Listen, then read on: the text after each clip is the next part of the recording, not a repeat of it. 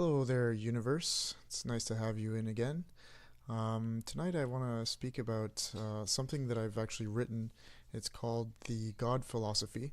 It's a thesis that I wrote on my blog. It's called philosopherstudio.wordpress.com. So if you'd like to read it, you can go ahead and do that at a later time.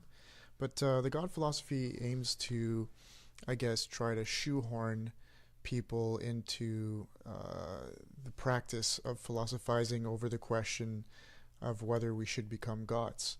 And I feel this is something that's quite relevant and necessary because of technology and of society, the way it's headed at the moment in our generation. And it's something that we're entirely sort of not speaking about. It's just almost ignored. We're just going right over ourselves, and we, I guess, distract ourselves with the very things that are changing us so much. And that's a negative thing, I believe. So basically, the God philosophy has to do with humanity, and its resulting reality is basically becoming melded, fused, and sort of homogenized as a natural process of evolution. Globalization and the digitization of reality and transcendental immersion, well, it seems to be upon us.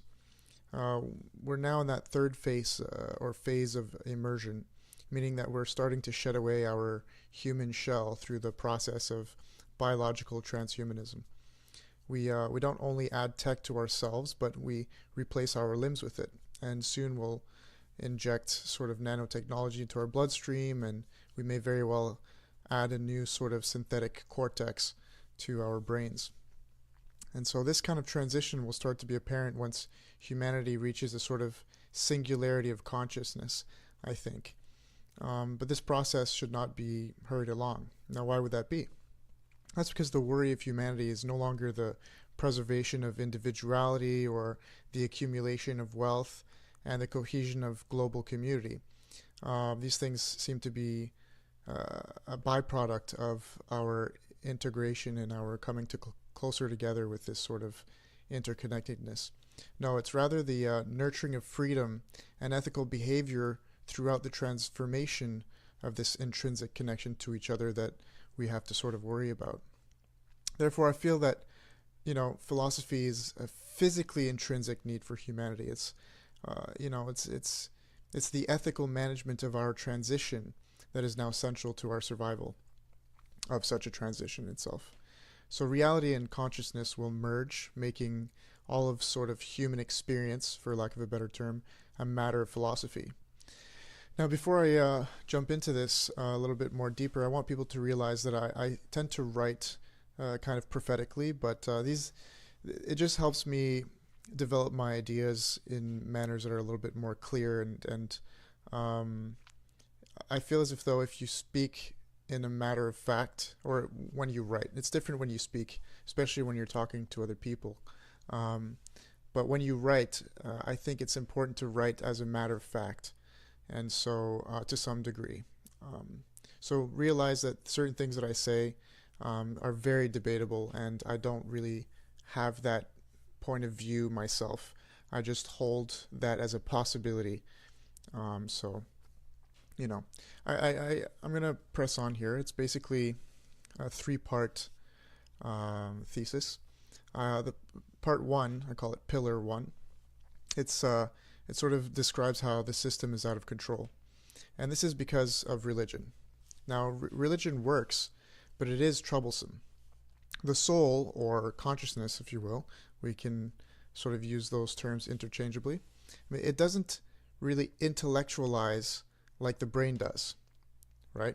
Now, we see it as a separate entity entirely. I mean, this is why religion works, because all the people can sort of feel it, but not everyone can understand it the same way. Hence why religion is also troublesome, because of the disconnect between both. And all religions try to bridge that gap with different and conflicting explanations, right? So if you think about it, your consciousness being something separate from your brain is the same worldview from you saying that you have a soul that is separate from your brain and sort of inhabits your body.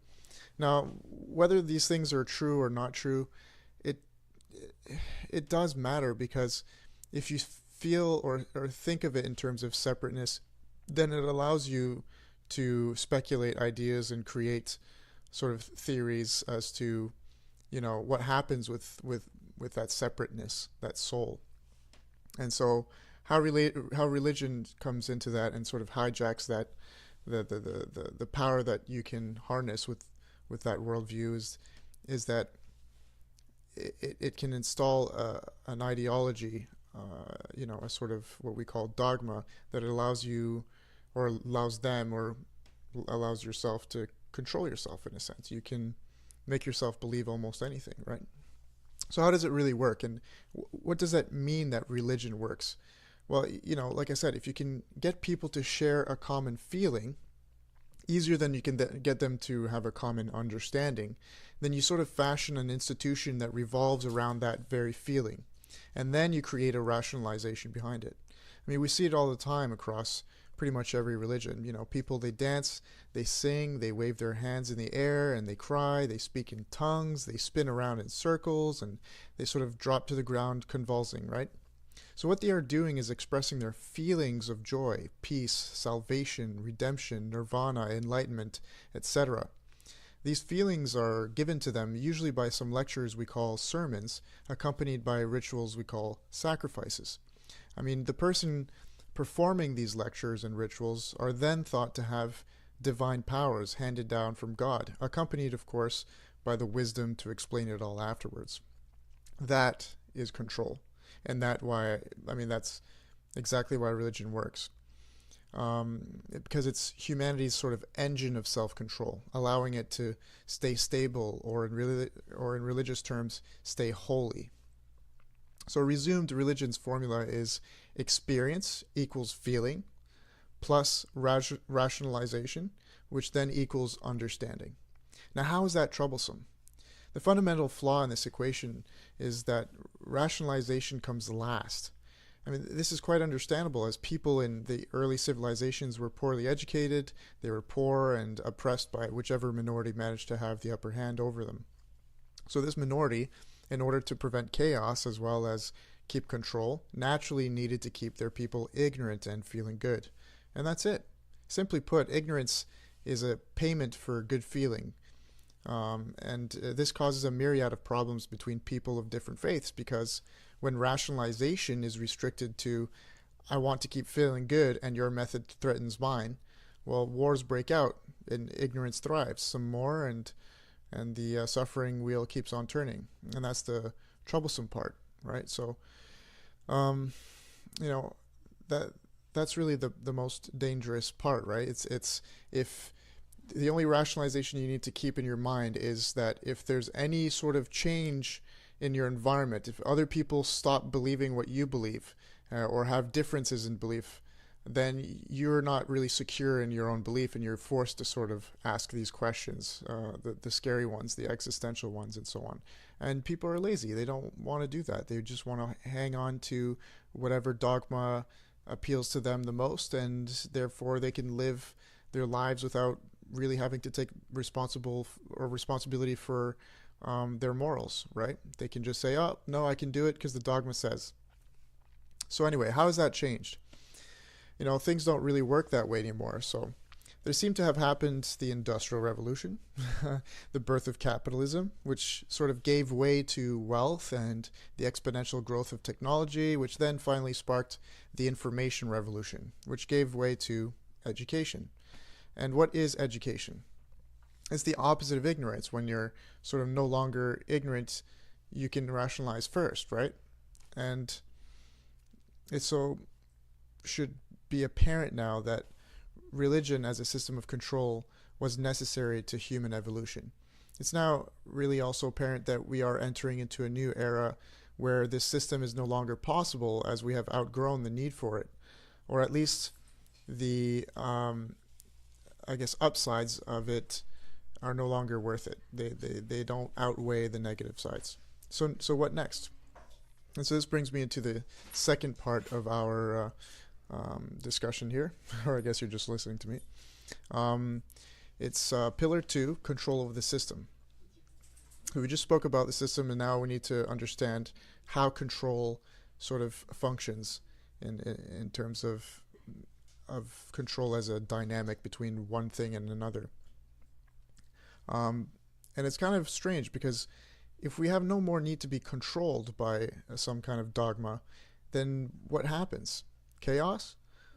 Well, possibly, but that's entirely up to us. You see, there are two options: chaos, or we don't know. What else is there other than chaos or order, maybe?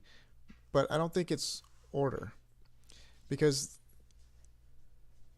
where humanity has yet to understand as a whole, if it's that if you don't control something, in our minds, the only other possibility is that order is the only possibility. Okay, we have a hard time not controlling and not being chaotic when uncontrolled, so we seek to establish systems of control. We can't really conceive, much less succeed at an alternate option, but there exists one, right? We can control the system. But see, at first glance, you sort of listen back to what I just said, and that doesn't really make sense. I mean, how is control of the system an alternative to control? I mean, that's called democracy, isn't it? All right, you sort of got me there. It's not possible. Control is always a factor and will continue to be. The difference this time around is that control and system will no longer be two separate things. So I want to clarify this a little bit more. What I'm trying to say really is that there's a difference between control of the system and system controlling us. And that difference seems to be some kind of balance in between the two. And that's very hard to sort of peg down. And the more that human beings become interconnected, the more it'll be difficult to achieve such a balance. It already is pretty difficult to do that, right? So try to imagine a perpetual motion machine. Or even sort of try to Google that image whenever you can to see what a perpetual motion machine is. What it really is one thing affecting another, and that thing that's been affected affects the first thing alternately, and it's sort of like the preservation of energy, right? It just takes one push from the outside, with your finger, and the machine will go on forever. The energy doesn't sort of like sputter out. And that really is called a paradox. It doesn't really exist. We can't control or build a perpetual motion machine. Who knows? Maybe it's possible in the future. But as far as we sort of can conceive of it, it's not really possible by the laws of physics.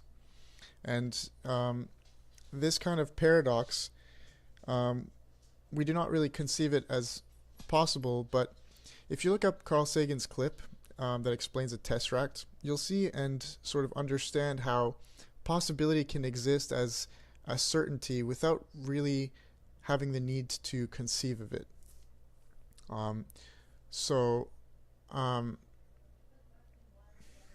Let's root it back to what we're talking about here. If control is something that can never really be eradicated, there's always something controlling another thing, whether it's society being controlled by a minority or society controlling itself. Control is control either way. But the internet is really sort of our reality here. And if you take that into account, it's sort of something that becomes a part of us. And as it becomes a part of us, we become a part of it. We're already doing it. The phone you have in your hand is a computer that acts as a gateway to the internet. And this gateway is it used to be a clunky box that you had to sit in front of at home in order to access it, right? So is it really so hard to believe that this gateway will eventually be inside of us? Because you had to go to the computer to get on the internet. Now you know it's always on you. You have it in your phone, and so actually we've gotten a little bit further. You can even wear it. You know, you have your um, Google glasses kind of thing that really didn't take off very well, but definitely will become something that will spark up again and that will become common because we have this need to always immerse ourselves into a world where things are a little bit more efficient and interconnected. And how are you going to do that? Well, with something we call not virtual reality, but augmented reality. So we're eventually going to need some kind of glasses, or it might be even more sophisticated where you wear contact lenses and you can see through those contact lenses a sort of heads-up display. So you're looking around in your apartment or your house, for example, and if you look at your fridge, you can see, you know, if there's milk missing or not. It might actually give you the data of what's in your fridge instead of you having to go actually into the fridge to see what there is. So this is augmented reality, right? So you can see how, you know, there aren't too many steps left before we start realizing, oh, you know, am I actually part of the internet, or is the internet part of me? And who has control over who? Already we see it on Facebook and YouTube and all these kinds of things. You have these algorithms showing you things that you've been looking for, or things that you've been buying in the, you know, recent past, and they pop up, you know, right there in your feed. So you don't really question it at the time, but if you really think about it, are you going to be influenced into buying something a little bit more specific because of these algorithms that are showing you things that they think they know about you that you would buy?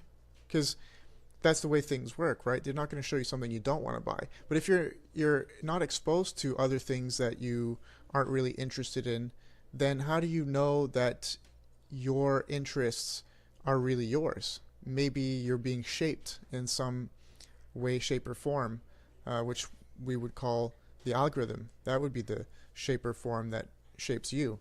So it's something to think about. It's kind of you know, freaky. So that is really where I was trying to go with the perpetual motion machine.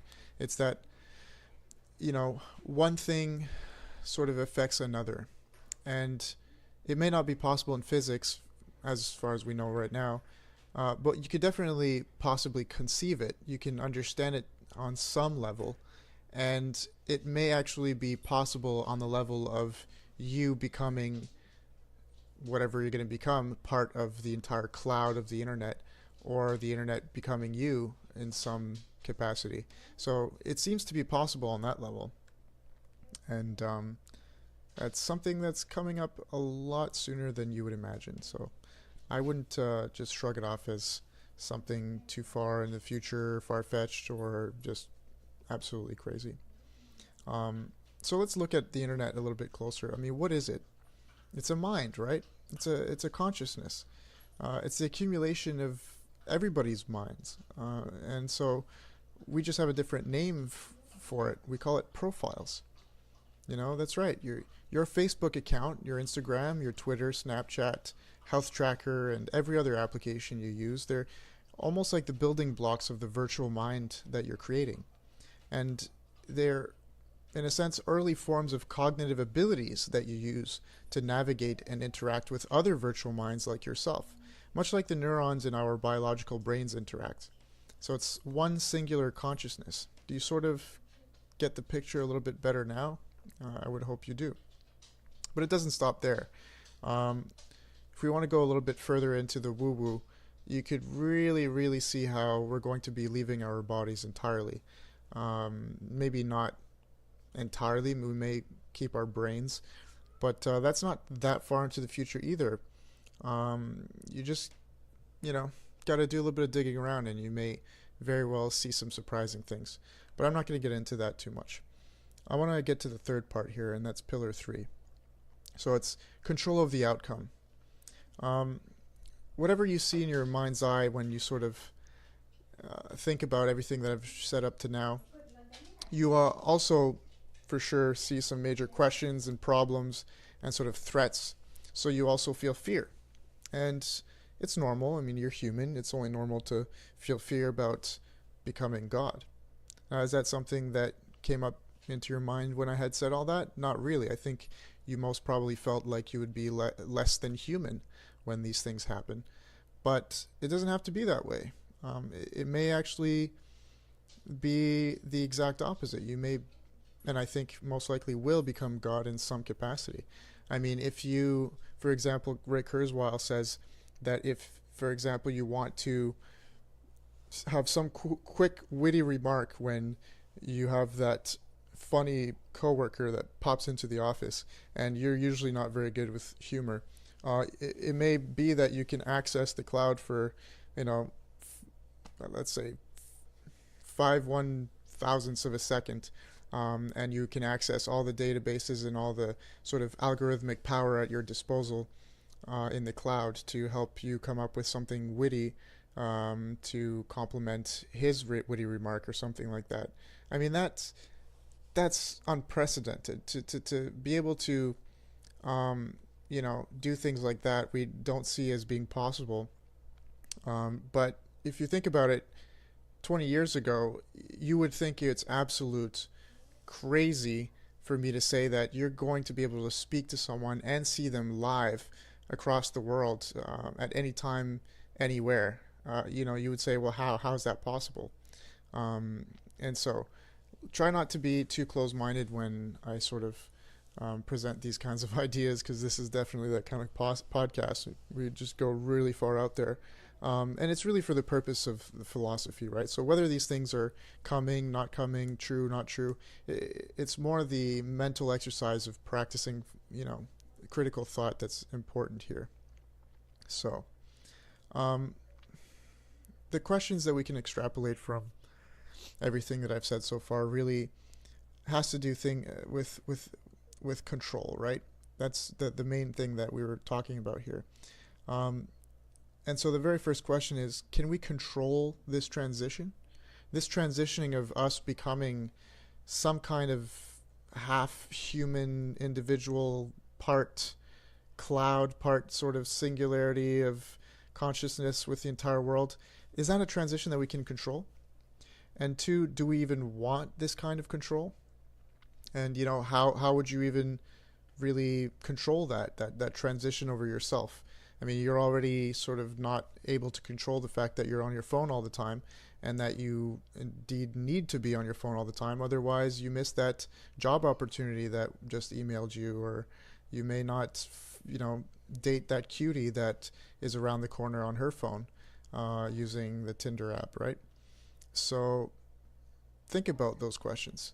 And in essence, everything that I'm trying to sort of say with this podcast is that we need to start philosophizing, and we need to do that as God would. So, yeah, kind of a esoteric, woo-woo kind of spooky scenario, but I don't think it's necessarily that spooky. I mean, today we do things and say things and think things that are absolutely different than how we would have thought and felt if we didn't have the technologies that we do now. We most likely would have been very different people at this very moment right now if this technology wasn't available. And we still seem to be okay, right? I and you both have the power to come up with any answer to almost virtually any question. We have access to the wealth of human knowledge, as Ray Kurzweil says, at the tip of our fingers, and it may very well be at the instant of our desire to think or to understand these questions, or to harness that information. You may as well have that power soon. So, that is most likely going to be a good thing. It'll come with its challenges. It'll come with its, really weird downsides, but it'll be okay mostly. Only if you keep your critical thought. Only if you understand yourself. Because the less that you do, the more that you're going to become some kind of weird mixture of personality fragments that have just randomly become the person that you are through various influences of the cloud, the internet, or that singular consciousness, if you will. So I think I've given you some food for thought here, and I would hope that you reach out and maybe send me a message, or if you have some ideas or think that there's a good podcast that you and I could have together, I actually welcome it. It's really a discussion that we should have together, as opposed to just people listening to what I have to say or me listening to what other people have to say. I think it's more interesting when these things become a discussion rather than just a sort of one-sided point of view. So yeah, that's really the God philosophy. It has to do with control. It has to do with that line between whether we're being controlled or we're controlling it. So I would much rather, state that very dynamic of control between, the individual and society. I would rather clearly understand it and talk about it right now, because it's possible that in the future, regardless of one thing controlling the other, that whatever will exist will be a lot better off than whatever would exist if we didn't have a society of individuals who were their own selves in some way, and that that they had critical thought in their minds. If all people or more people become aware of themselves as individuals, I think that it would make for a much greater singular consciousness in the future. I would hope you would agree. So the only way we can do that is through the interconnectedness that we're experiencing through technology, right? So I think it's inevitable that we will have a good outcome, if I want to be the optimist in this scenario.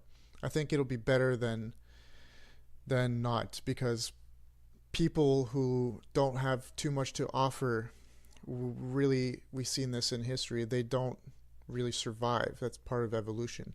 And so what is it that you have to offer in this new world where you may not even have to work? You may not have any skills or talents that can really make a contribution to society. You may very well only have your creativity, your ability for critical thought, and the combination of both to build new worlds, or to control certain algorithms. Who knows what's going to be possible in the future, and what kind of things the job market is going to demand of us. So it's almost an existential crisis to your very physical self as well that's on the table here. So yeah, I'm going to leave you with that thought right there without going any further, and hopefully that'll prompt you to message me or contact me somehow.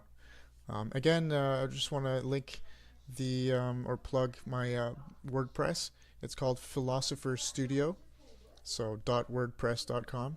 You can read this piece that I just sort of, because I don't know if you realize, I was actually reading a lot of the things that I said here, and that's called the God philosophy. And you can go on my channel. It's called Church of Logic. That's something that is on YouTube, on Podbean, will be on iTunes soon. Hopefully you're listening to this on iTunes in the future, my present. And there's a Facebook page as well. So that's the sort of main channel. This is Mind of James, of course, but Mind of James is really just if you want to hear me rambling, as opposed to listen to a discussion that I'll have with other people who have very interesting things to say. And once again, I hope that is someone that has discovered me through listening to my podcast. I would like to talk to people who don't think or feel they have the ability to start their own podcast or even the desire to, but still have something to say um, about whatever topic you might hear on this podcast. So yeah, I'd really love that. Bye bye.